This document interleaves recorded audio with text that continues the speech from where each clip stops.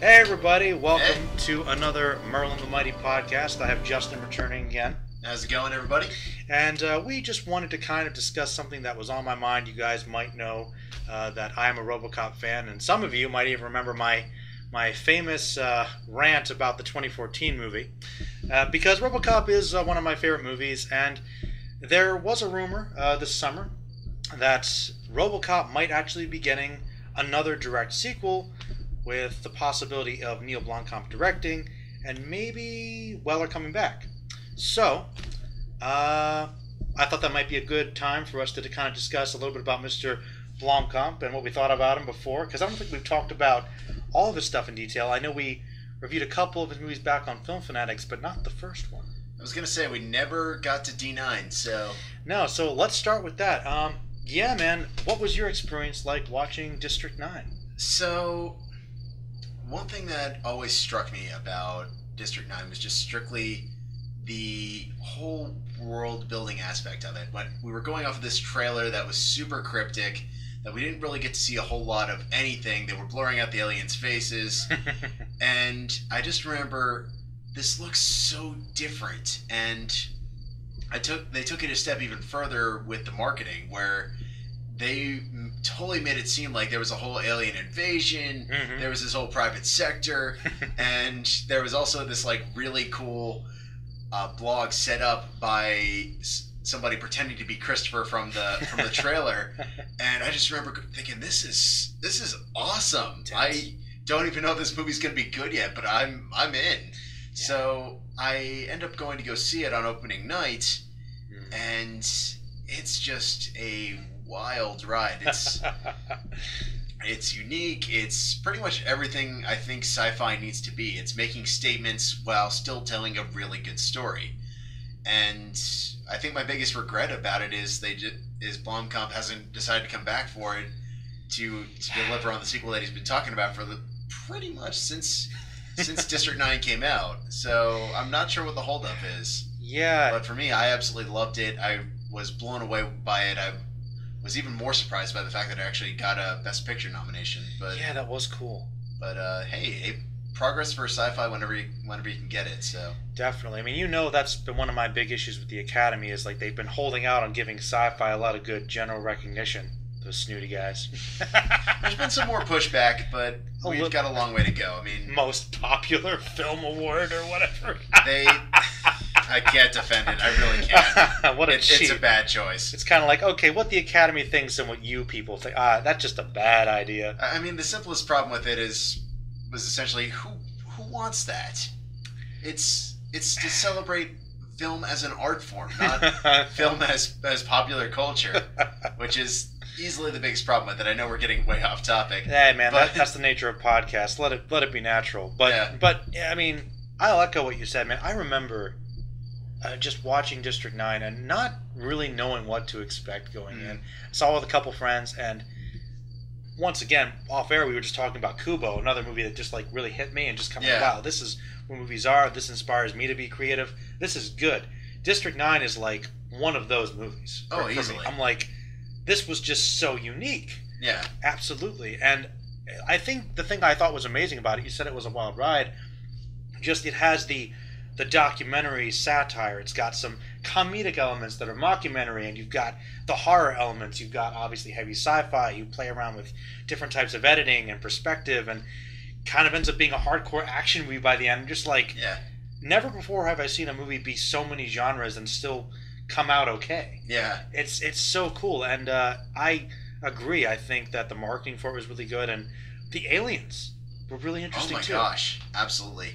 I mean, I guess some people might think that it might be a little heavy-handed, but I think if you were going to show an example of oppression without actually showing it, it's pretty intense. That's the way to be, yeah. Yeah, like you feel really bad for those prawns. Yes. You really do, and they make this really ugly visual of what their life is like. They're treated as not as people, and you really kind of end up really rooting for them. And I don't think actually I think that District 9 might be the only movie where I really absolutely hated humanity in comparison to an alien force. Like, I was like, wow, We are doing terrible things. Every person in this movie was evil. The corporations, the government, everybody's out to get this guy once he's no longer human.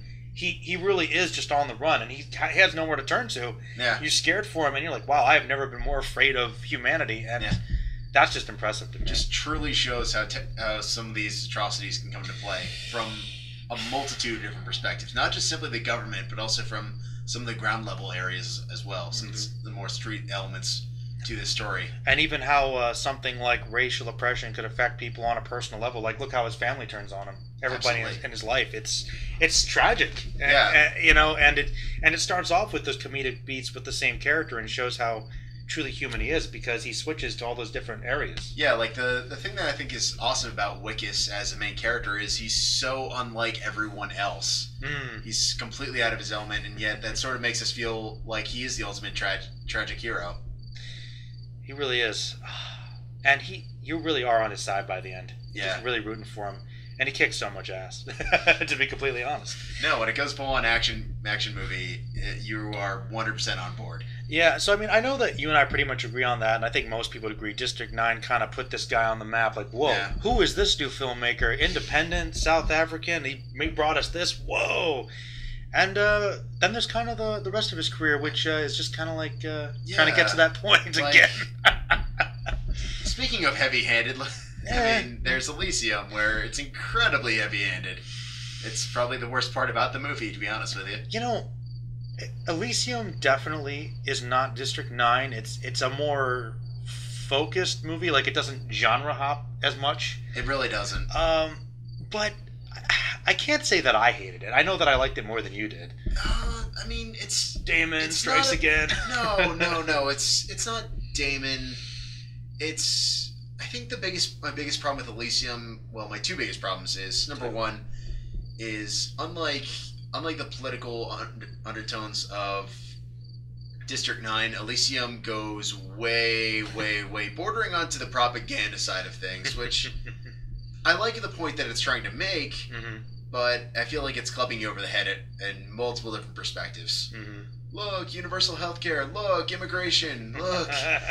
We get it. Yeah, they don't really stop. That's true. Yeah, and it permeates the entire movie. But the second, and I think the much more glaring aspect is, unlike with District 9, which was a very strong, very tight narrative, Elysium feels like a third or fourth draft script. It's not bad, it just really needed like one more touch-up. What do you think they should have done differently? Not disposed of the villain less than a quarter of the way into the movie. The villain. Oh, the main villain. Yeah. Jodie Foster. Well, no.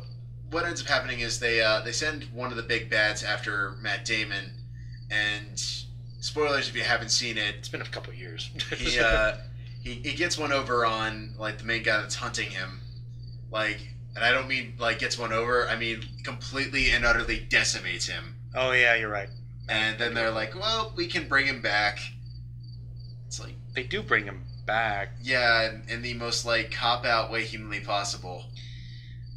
I thought they were just trying to show that he was incredibly tough and resilient, I guess. Well, which would be cool if he was naturally that tough, but no, there's chunks of his head missing. He is done. Well, I don't care how far in the future we're going. We're not regrowing brain tissue. I guess to be fair with the whole motif they were going with all the weird exoskeletons and stuff, if they were going to enhance Damon, they'd have to enhance him a bit too. Oh, it wasn't that. It was more like we take it. Like, I'm a firm believer of with storylines, you gotta earn those moments. If you're gonna take out the big bad, you gotta take him out and make us like at the end when it was Wickus versus the crazy psychotic military guy. Yeah, we're totally on Wickus' side. We want him to tear him a new asshole. In the case of Elysium, we haven't gotten to know anyone long enough to have that moment. That's true. And it suffers for that reason. It's not a bad action sequence, and obviously there's much more later on, but it doesn't feel like it was earned. And the whole movie kind of has that vibe. You think it just kind of falls short? Yeah, like it's entertaining. It's got some good action in it. It has deeper thoughts, much like District 9, but yeah, it really needed some tightening up, and it becomes much more interesting in theory rather than in execution. Yeah, that's a good point. I think I really like a lot of the ideas in Elysium. It's like very pure sci-fi. Yeah. But you're right, it's not very subtle, and I guess the characters are never like quite developed enough. Yeah, like it's trying to be much more action driven in contrast to District 9. Like District 9 focuses much more on world building. It's more about setting up atmosphere instead of let's go rat-a-tat-tat every 5 seconds. No, you're right. Elysium is trying to be more or less of a action adventure story. And I guess that's why I was kind of okay with it, because I kind of got that feeling like, all right, this is definitely not as deep of a story as, say, District 9, but I found it entertaining. It was definitely entertaining. It just doesn't feel as comfortable in its own skin as District 9 does. Which is kind of weird in retrospect. Yeah. But yeah, I think we pretty much agree that it's definitely not District 9. No. And then even in a much darker contrast... Oh, good drink for this one. Yeah. Let's water break for this one. But, like, Chappie, man. Chappie. Speaking of literally not comfortable in its own skin, just... You know... Tell me. Where to begin with Chappie? Because the more I think about this movie, the angrier it makes me. Because I keep having to convince myself that the guy who made District 9 made this movie. And the trailer was actually interesting for this. Like, I was legitimately curious as to where it was going. And to be fair, I know people who legitimately like Chappie. My brother is one of them. I don't agree even remotely, but the problem is it's totally all over the place. Yeah. It feels more like very forced Die Antwoord fan service. It is kind of their movie, isn't it? Like, to the point that it doesn't even feel like it knows what it wants to be. It's very sort of, but not really, if I had to describe it. Sort of, but not really. Yeah, if I had to put it in about 5 words, that would be how I would describe Chappie. It's a story about nature versus nurture, but not really. It's a story about corporate corruption, but not really. It's a story about underground crime, but not really. And the problem is, the further it goes along, the less you believe any of it. Yeah. And it's not because... It's perpetuated by its own motion of weirdness. And it's also partially because you kind of hate everybody. Like, I don't hate Chappie. I didn't hate Chappie. I hate Chappie because of about how everyone they around write his him. Character.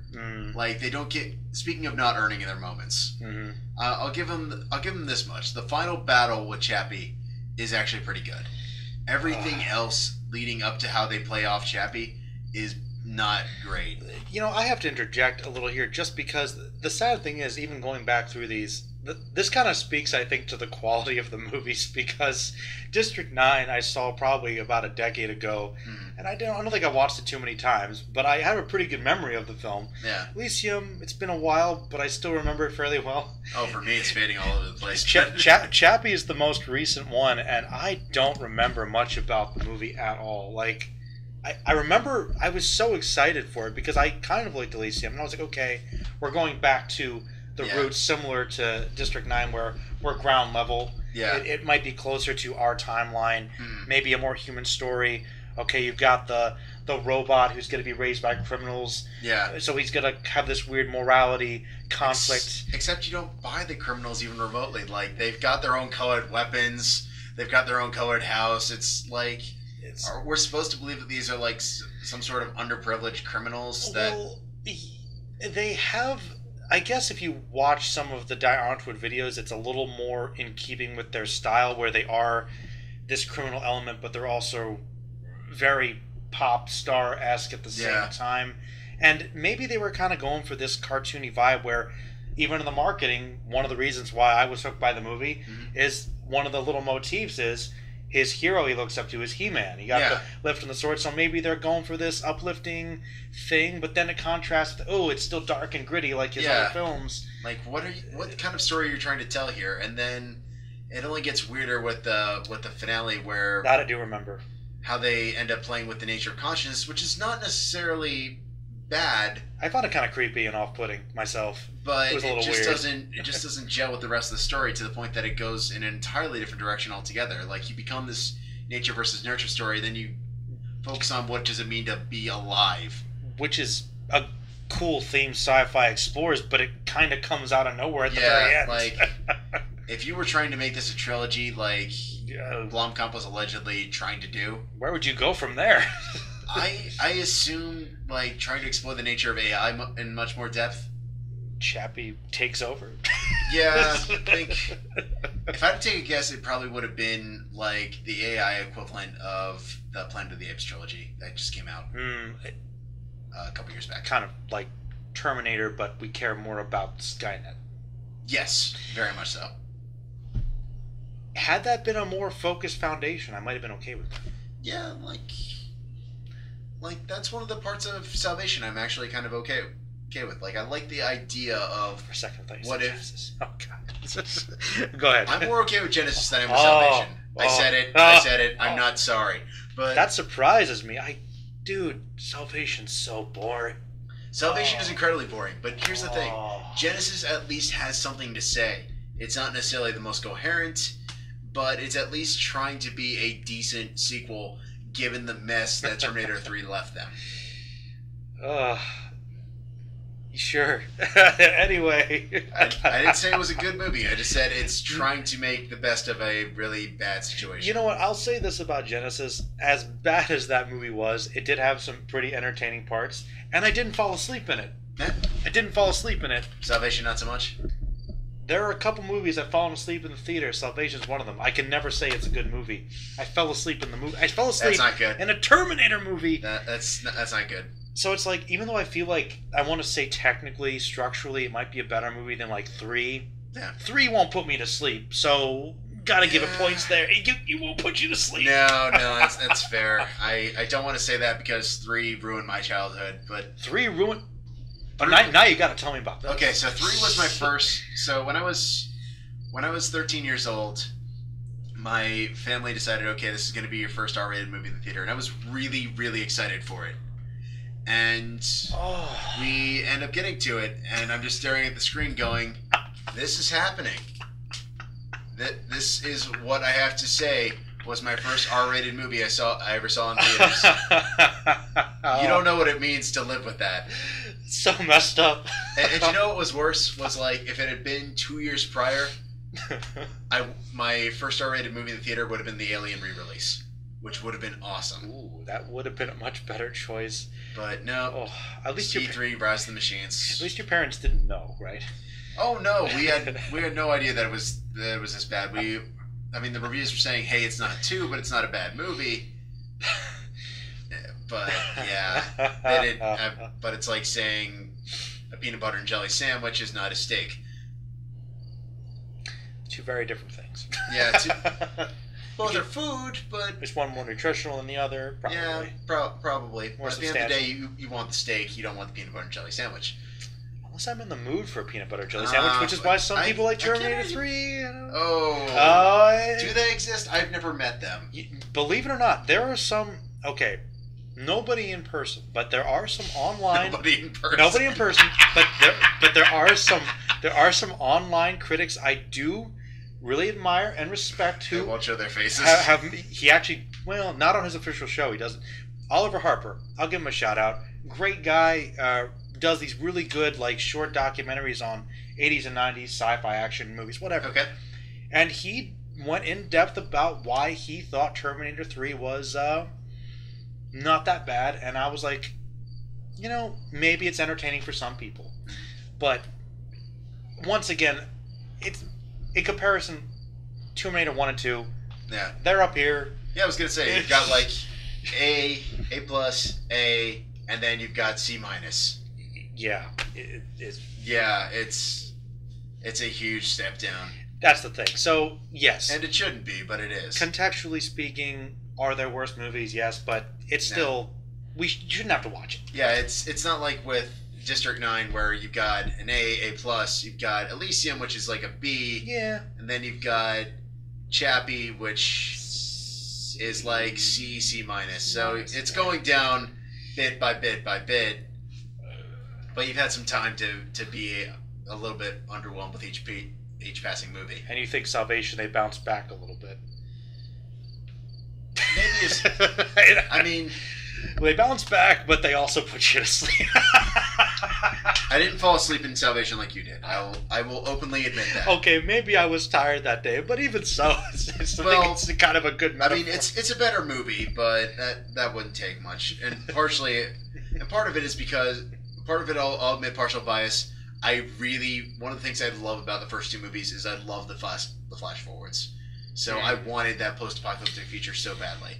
The problem is we only got bits and pieces of that post-apocalyptic future, and most of it you don't see until like the last 20-25 minutes of the movie. My buddy Troll and I have discussed this a number of times, but that is one of the things that really seems to be held out from the Terminator films is we want more of this badass future. Yeah. We get teased it here and there in each film, and it's just like, guys, we've had enough of the time travel, it's fine. Can we just have more people versus robots? Yeah. You know, let's just see it. Let's see the war. Let's go there. We like it. We like the piece. We've seen enough that you can't say it's vague. Mm-hmm. That iconic crunch at the beginning of Terminator 2 where he stomps on the skull, you know, the laser. Come on. All right. Anyway, This is a perfect segue. Kind of related. The great battle between Terminator and RoboCop continues. Yes. Well, we've discussed Blomkamp's filmography thus far and how it's kind of slowly gone downhill. Like, we still, I think, respect him. I think he's by the majority. Don't hate him, but I don't think he's. I think he's kind of. I don't want to call him a one-hit wonder, but he's kind of a one-hit wonder. By the point system of the number of films he's made for so far, percentage-wise, we could still say he's a good director. Yeah, that's fair. But considering his track record has been kind of on this weird decline, well, let's go into the RoboCop discussion. Now, it's really weird because despite the fact that I've kind of had some reservations about Chappie, like I was very disappointed by that movie. Mm-hmm. When I heard that he was approached to direct this movie, I honestly was on board because just the aesthetic of the dirty, scummy, crime-ridden themes he explores and his fascination with robotics and just extreme violence, I was like, yeah, if it's a direct sequel and if Weller comes back, I mean, I'm interested. I mean, I don't want to say that I don't want Weller to come back, because I do. Mm-hmm. The problem is, even though he's in relatively good shape, or at least going off of what we saw in Star Trek Into Darkness, mm-hmm. the problem is he's still an old guy. Mm-hmm. And I don't know how we're going to play that off realistically for a direct RoboCop sequel. Well, I was thinking about that, and I don't know if you can remind me of this. Who has the rights right now? Who would produce this one? RoboCop. Do you know what studio has that? That's a great question. Maybe we can cheat and look it up. You want to pull up your phone? No, that's okay. I would say Lionsgate, but I wouldn't stake my life on it. Well, I'll look it up and post it later, or to let us know in the comments. But that's kind of the question, because if they had technology at their disposal and somebody was able to put money into it, if they considered using good practical effects, mm-hmm. which I'm sure he would, and we live in the age now of the great de-aging with the Marvel money and the Disney money. Right.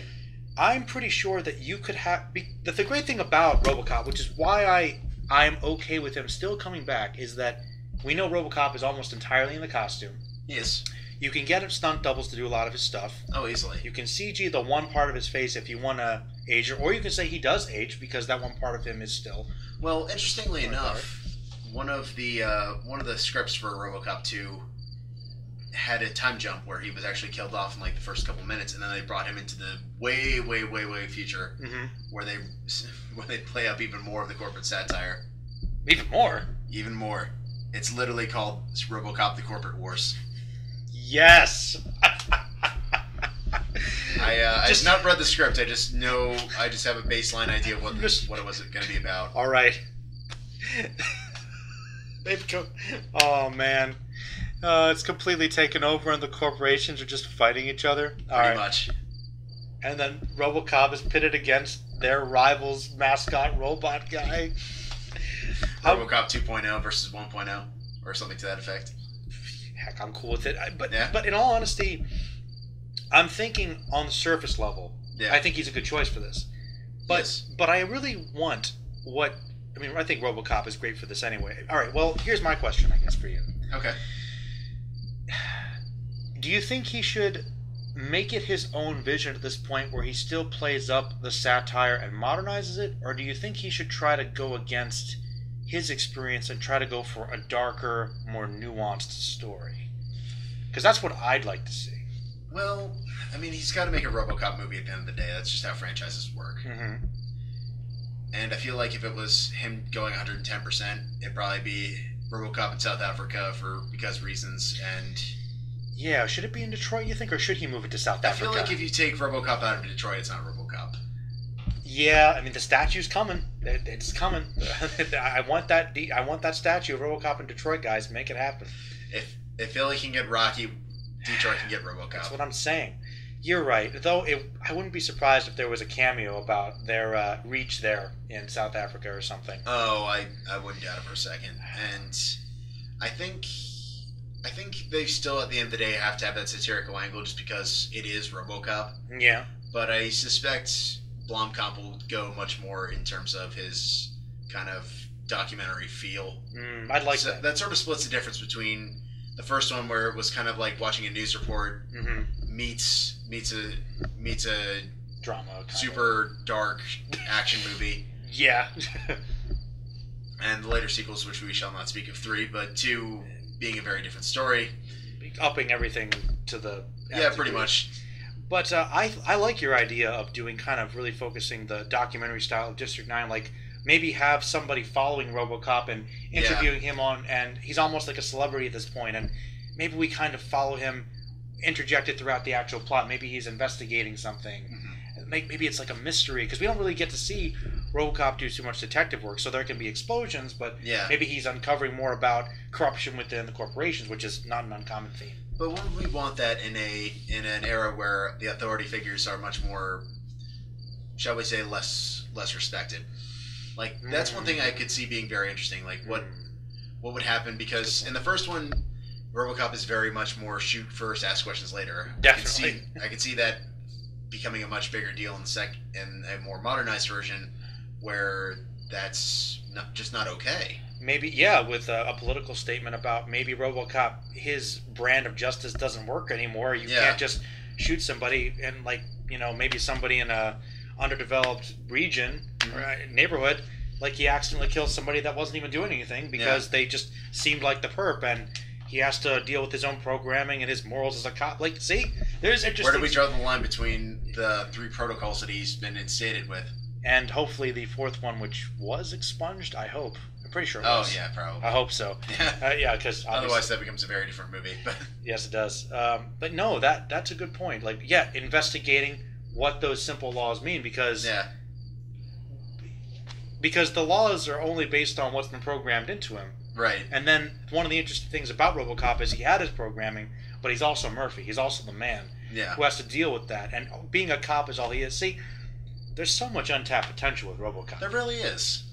And I think there's a lot that can be done with that. I think the big thing is just don't go the safe route and do what the other sequels decided to give us, which was a big dumb action movie. The first one, there was subtext. I mean, at the end of the day, yes, there was action sequences and things like that. But they were part of the subtext. But they were part of that subtext. They were part of the satire. They were part of the exploration of identity. And what I think was brilliant about the first one is you could view it both ways. You could view it as a big, stupid action movie, but you could also look at it on a deeper note as well. I think that's the mass appeal of RoboCop, actually. Yeah, and that's what I think, if Blomkamp is going to do RoboCop Returns, is probably the biggest thing. What are you trying to say, and how do you want to say it? Which is probably why we haven't heard much since the little bit of news this summer. It's like they're really probably behind the board there, trying to figure this out from the ground up. If I had to say anything, probably my biggest thought would just be take your time. Don't. Yeah. I know in this day and age we want to just bring out everything as fast as humanly possible, and obviously the studios, cough cough, Sony, cough cough, are trying to churn out whatever they can. I'm still terrified for Into the Spider-Verse for that reason, but...